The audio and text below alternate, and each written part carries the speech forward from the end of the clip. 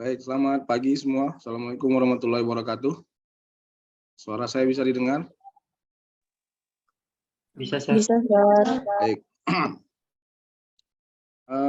Kita lanjut materi kita. Setelah beberapa minggu ini kita tidak bertemu secara tatap maya. Hari ini kita diskusi terkait dengan IPA dan teknologi.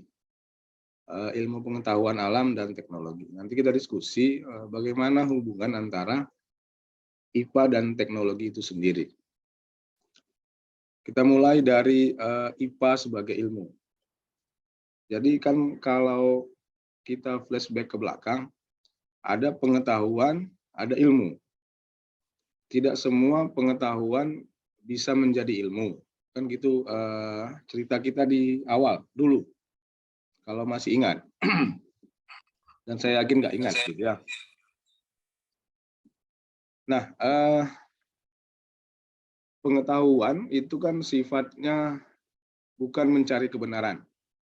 Tapi kalau ilmu mencari kebenaran. Nah, jadi IPA, ilmu pengetahuan alam, dikatakan sebagai ilmu itu jika dia nanti bisa mendapatkan kebenaran.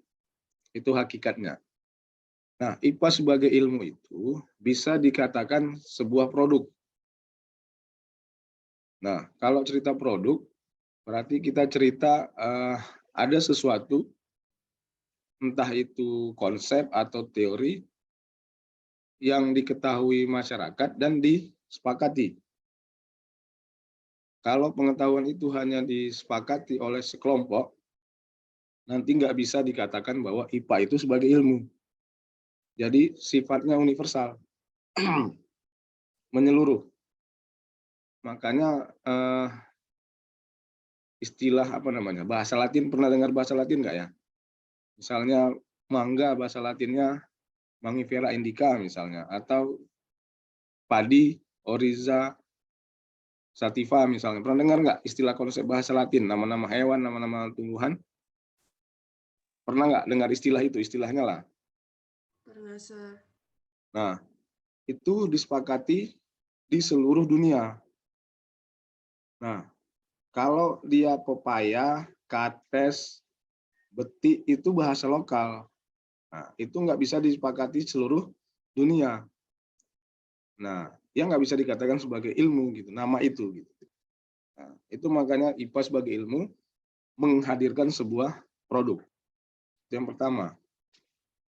Yang kedua, IPA sebagai ilmu itu ada proses yang harus dilakukan atau ada proses yang harus terjadi. Misalnya melalui kegiatan sosial untuk memahami alam dengan metode ilmiah. Jadi prosesnya itu dinamakan metode ilmiah.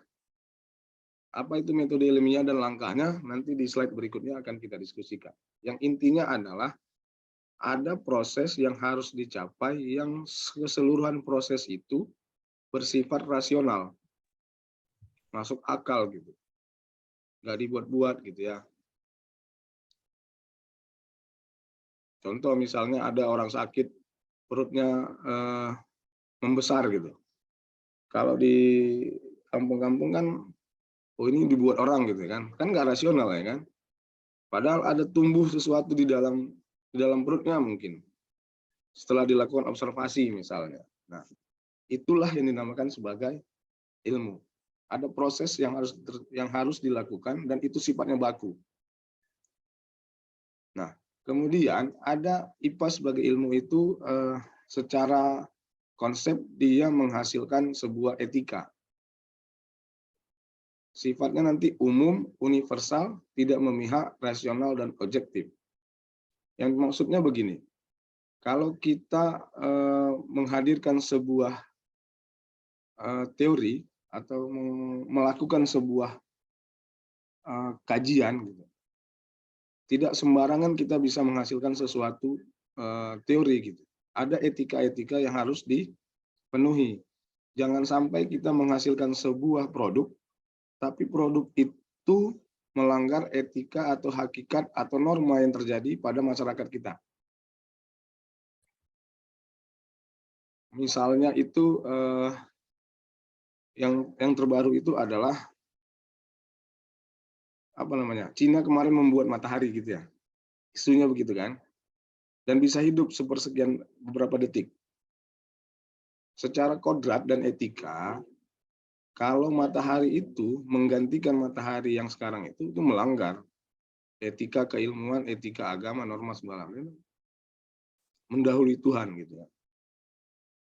Jadi nggak sembarangan juga kita menghadirkan sesuatu gitu.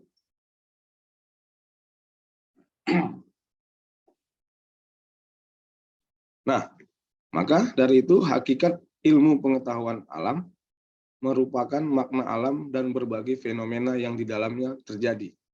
Fenomena itu bisa perilaku, karakteristik, nanti akhirnya sebuah teori yang menghasilkan konsep, yang teori dan konsep itu didahului oleh proses ilmiah. Itu kata kuncinya. Nah, oke, kita ke slide berikut. Nah, itu yang IPA tadi. Sekarang kita ke teknologi. Kalau dari segi bahasa, teknologi itu ada tekno, ada teknik, ada teknologi. Itu segi bahasa itu. Intinya adalah cara. Teknik itu cara atau metode untuk mencapai persyaratan keterampilan bidang tertentu. Itu teknik. Misalnya teknik mengelas. Ketika kalau orang yang terampil mengelas, maka dia harus paham cara memegangnya, cara mengukur besi lasnya itu, sehingga nanti dia dikatakan terampil. Nah, kalau di luar negeri itu, orang tidak sembarangan bisa dikatakan menjadi melas gitu. Ada sertifikat kompetensi namanya. Kalau di ini bahasa Inggris ya, kan jurusan bahasa Inggris ya, kalau nggak salah. Yes, sir. Nah, kan ada pengakuan terhadap keterampilan berbahasa Inggris, kan gitu ya. Yang dibuktikan biasanya dengan skor-skor IELTS dan TOEFL itu, yang dikeluarkan oleh badan-badan tertentu, nggak sembarangan orang kan gitu, nggak sembarangan lembaga kan gitu ya. Nah, pengakuan itu namanya teknik berbahasa. Jadi harus ada pengakuan untuk mencapai persyaratan keterampilan bidang tertentu. Nah, gitu ya. Itu teknik. Nah, kalau teknologi itu kan gabungan antara teknik dan teknologi. Logi itu ilmu sebenarnya. Teknik itu tadi cara. Nah, jadi kalau teknologi, kira-kira maknanya itu adalah pemanfaatan ilmu oleh suatu masyarakat untuk memecahkan sebuah masalah dengan mengerahkan sebahagian atau semua alat atau tools. Intinya adalah memperhatikan nilai-nilai budaya dan nilai-nilai yang lain. Itulah etika tadi. Seberapa canggih pun teknologi, tetap mengedepankan nilai-nilai, norma-norma. Itu konsepnya. Oke ya, baik. Kita lanjut. Nah, bagaimana pemanfaatan IPA dan teknologi? Nah, posisinya begini. IPA itu nanti bisa dikelompokkan ke dalam IPA dasar, IPA terapan, dan teknologi. Intinya itu adalah kontribusi terhadap alam. Alam itu kan komponennya hidup dan tak hidup. Yang hidup aja ada manusia, ada hewan, ada tumbuhan. Ya kan? Kemudian yang tidak hidup, udara, oksigen, matahari, ya yang di sekeliling kita lah, termasuk sinyal. Itu kan tak hidup. Bayangkan ya, kalau kita tidak berinteraksi dengan sinyal, kita tidak bisa terjadi pada hari ini, bertemu kan gitu ya. Kira-kira begitu. Walaupun konsepnya adalah alam, itu ya. Alam komponen yang tidak tahu. Oke, baik. Nah, apa beda IPA dasar, IPA terapan, dan teknologi? Kenapa dikelompokkan menjadi 3? Kira-kira menurut si Amor tahun 88, kalau seorang ilmuwan IPA dasar itu mencoba untuk memahami bagaimana alam bekerja. Kata kuncinya di situ. Memahami bagaimana alam bekerja. Itu kalau kita dikelompokkan ke dalam ilmuwan IPA dasar. Nah, kalau ilmuwan IPA terapan mencoba mencari cara untuk mengendalikan cara alam bekerja. Nah, IPA dasar IPA dasar memahami bagaimana alam bekerja. Dia paham kalau musim hujan itu intensitas air banyak, kan gitu ya.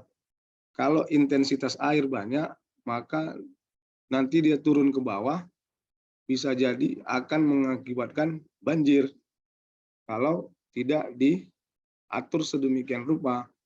Nah, datang ilmuwan IPA terapan, dia kendalikan itu supaya tidak banjir. Maka dibuat sumur-sumur resapan, maka dibuat waduk dan sebagainya. Itu membedakannya. Kemudian kalau ahli teknologi memanfaatkan penemuan IPA dasar dan IPA terapan untuk membuat alat mengendalikan cara alam bekerja gitu. Namanya teknologi ya. Berarti ada alat, tool yang dibuat oleh ahli teknologi. Kalau musim kemarau nanti ahli teknologi membuat alat untuk menghadirkan hujan. Itulah yang pakai pesawat menembakkan garam di awan gitu ya. Turunlah hujan, kira-kira begitu. Itulah perbedaan antara ketiga konsep dari IPA tadi, IPA dasar, IPA terapan, dan teknologi. Nah, bagaimana perkembangan teknologi? Intinya adalah teknologi itu menyesuaikan atau hadir karena kebutuhan. Zoom ini terjadi karena kebutuhan. Dulu, sebelum COVID, Zoom ini nggak ada apa-apa orang. Begitu COVID, butuh. Nah, kira-kira itulah perkembangan teknologi. Dulu, orang berlomba-lomba membangun gedung. Sekarang, gedung tidak menjadi kebutuhan esensial sebagai dari perkantoran gitu. Karena bisa dari rumah, bisa dari mana saja. Work from anywhere ya, kalau nggak salah bahasa Inggrisnya ya. Saya nggak pandai bahasa Inggris. Bahasa Indonesia aja pun kesalahan kadang ya kan. Ya, jadi teknologi itu hadir karena kebutuhan. Nah, karena adanya kebutuhan, maka menghadirkan inovasi.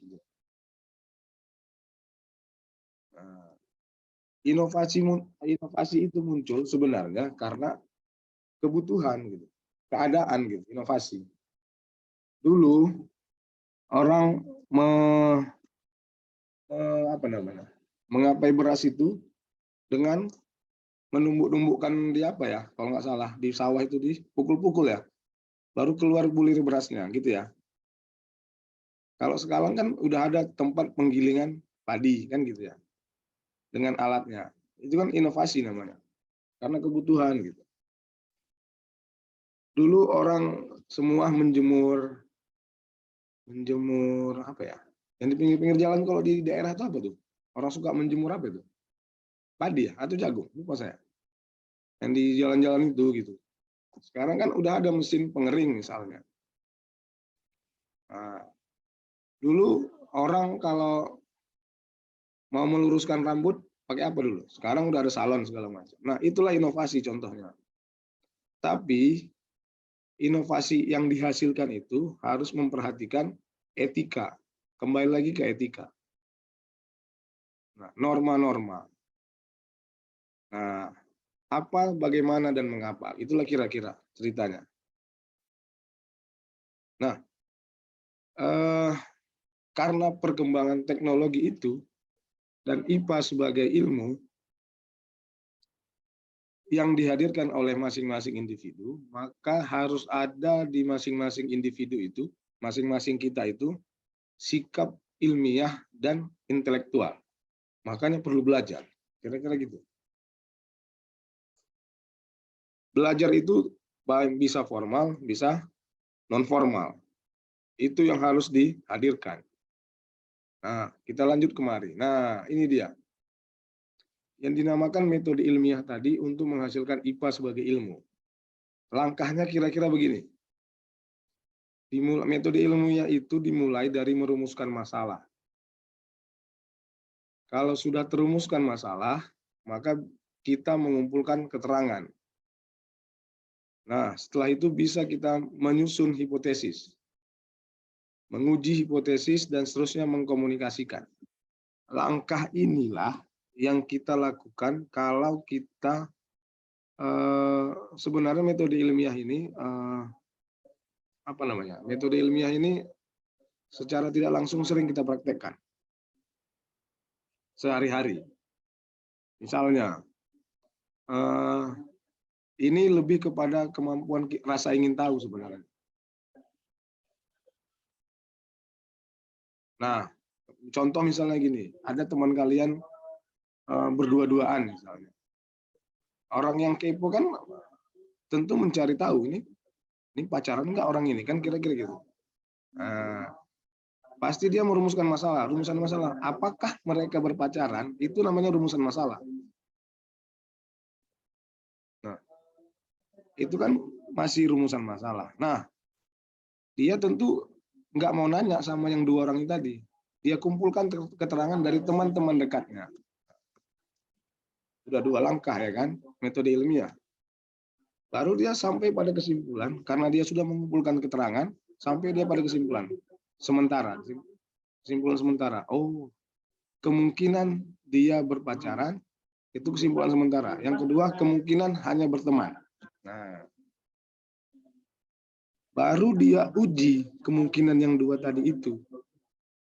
Nah, langsung ditanya langsung ke situ. Tanyanya dua orang itu. Dapatlah data dari dua orang itu. Baru dia bisa menyimpulkan.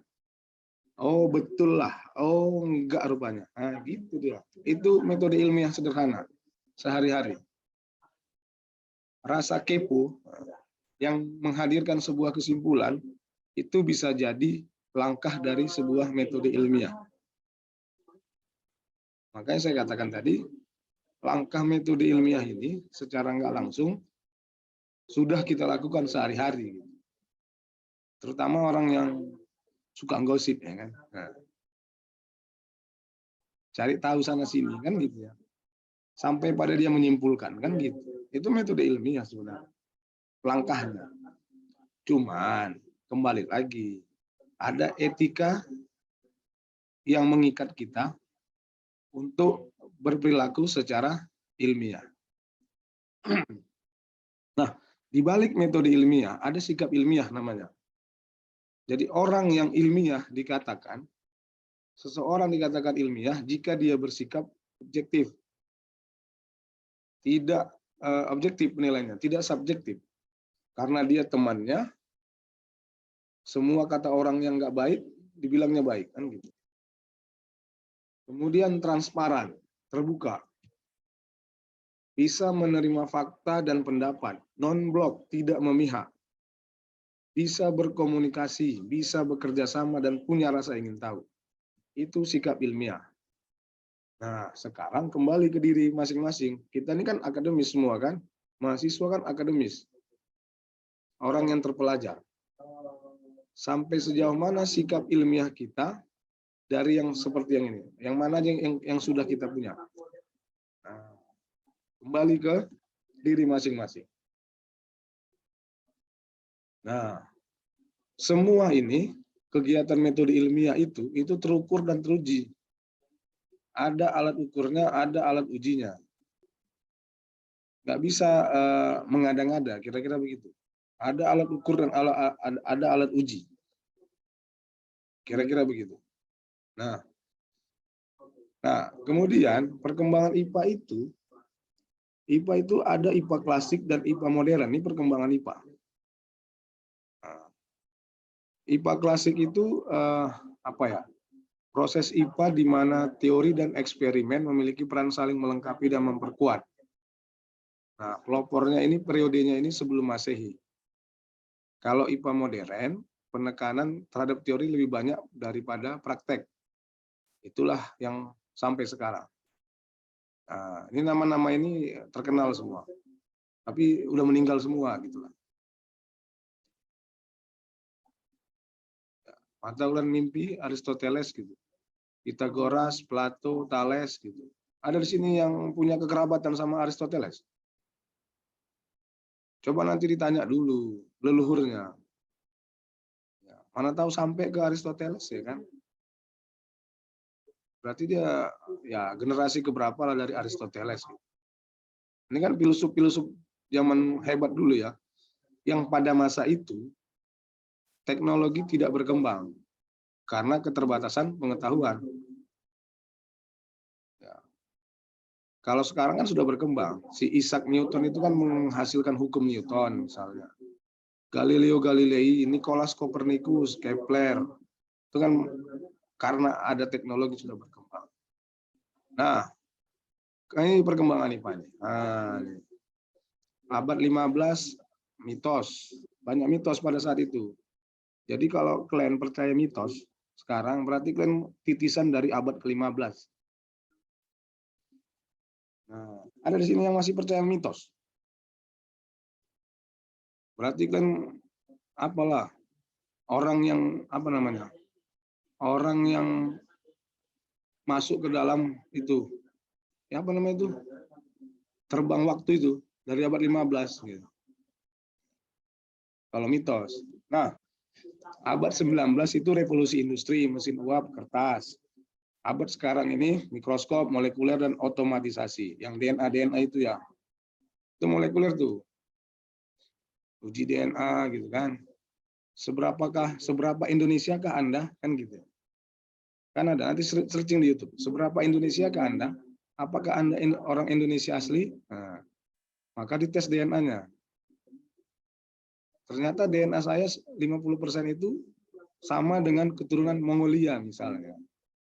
Indonesia yang nggak ada gitu. Nah, itu dia. Nanti searching di YouTube. Najwa Shihab itu setelah dicek DNA, dia tuh bukan dominan ke Arab gitu. Nah, bayangkan itu ya. Nah, itu dia. Nah, bagaimana teknologi dikembangkan? Caranya yang pertama adalah memanfaatkan yang sudah ada. Dan biasanya kita memanfaatkan yang sudah ada. Kemudian mengembangkan teknologi yang sudah ada menjadi produk, teknologi baru. Pertama, imitasi dulu. Ya, Cina itu terkenal dengan imitasi dulu. Dia mengimitasi semua merek yang ada di muka bumi ini.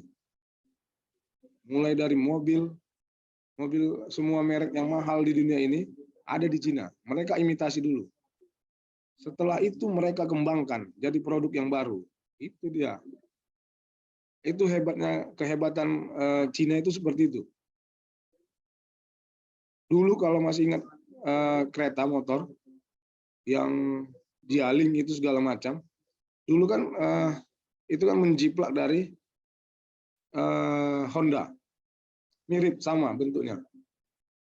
Tapi pada saat itu kualitasnya masih di bawah. Tapi mereka mengembangkan sesuatu dari yang sudah ada itu, sehingga muncul sekarang yang baik-baik. Itulah Wuling segala macam, Wuling Airnav itu yang mobil listrik itu kan buatan Cina. Jadi gitu dia. Yang terakhir adalah penciptaan teknologi, itu yang paling tinggi. Nah, kegiatan ini semua itu didahului oleh penelitian dan pengembangan. Nggak ada cerita teknologi muncul kalau nggak ada penelitian, nggak ada pengembangan. Nilai kebaruan itu muncul karena penelitian dan pengembangan. Itu konsepnya. Nah, udah mau habis ini zoomnya. Perkembangan teknologi terkini, ada teknologi informasi, teknologi rekayasa, bioteknologi, dan teknologi terbarukan. Yang masing-masing itu ada hubungannya untuk menjaga kelangsungan hidup kita, manusia. Tapi ada sisi positif dan ada sisi negatif, itu pasti. Ya. Kemudian, dampak teknologi. Yang jelas positifnya ada kemudahan, praktis, dan hemat energi. Itulah ada listrik. Negatifnya bisa ke lingkungan. Maka sekarang itu teknologi ramah lingkungan.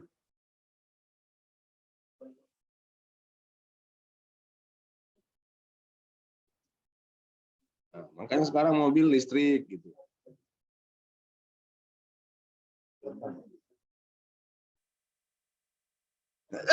Sekarang kan teknologi ramah lingkungan ya, listrik, mobil listrik, dan sebagainya. Nah, kompor listrik, dan sebagainya. Itulah dampak teknologi. Kalau perkembangan teknologi pertanian bagi kehidupan ini pertanian banyak lah ya. Kita sudah menggunakannya sehari-hari lah. Kalau ini nggak perlu dijelaskan lagi ya. Teknologi yang sekarang ini. Nah, yang jelas dia mencukupkan kebutuhan manusia demi kelangsungan hidup, tapi memperhatikan aspek lingkungan. Karena lingkungan mempunyai pengaruh yang besar bagi kelangsungan hidup. Karena semua kegiatan kita bersinggungan dengan lingkungan, maka kita harus jaga lingkungan. Kita butuh kayu, kita tebang semua hutan, maka nanti bisa jadi banjir, yang ada kematian, bencana, dan sebagainya. Maka harus diperhatikan adalah lingkungan. Oke, selesai. Mudah-mudahan dapat dipahami.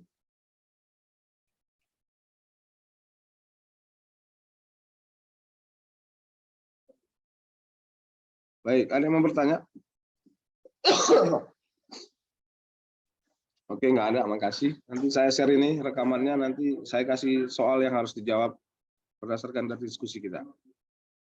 Oke, selamat pagi, selamat melanjutkan aktivitas. Mohon maaf jika ada kekurangan. Assalamualaikum warahmatullahi wabarakatuh. Izin, Sar. Mau Apa? ambil screenshot bentar, Sar. Oh iya, silakan, silakan. Ayo, yang manis fotonya semua. Ini untuk dilaporkan kemana? Ke Prodiklat? Iya, Sar. Ya, udah. Udah, belum?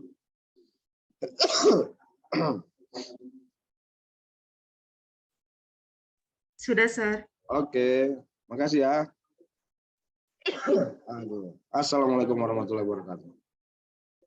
Waalaikumsalam. Waalaikumsalam. Selamat pagi, Sar. Waalaikumsalam warahmatullahi wabarakatuh.